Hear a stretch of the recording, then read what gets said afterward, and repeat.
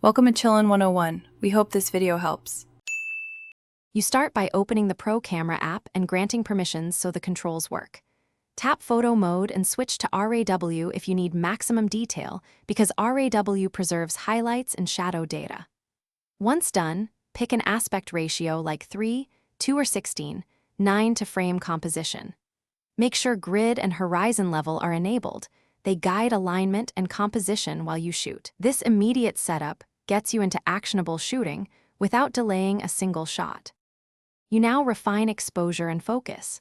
Tap the subject to set focus, then drag the exposure slider to balance brightness because accurate exposure saves editing time. For tricky light, switch to manual ISO and shutter. Lower ISO for less noise, faster shutter to freeze motion. Make sure to lock focus and exposure when composing to avoid surprises between frames.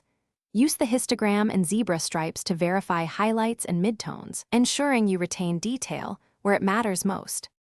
You finish by selecting the appropriate shoot mode, burst for action, timer for hands-free, single for deliberate frames, so you capture the right moment.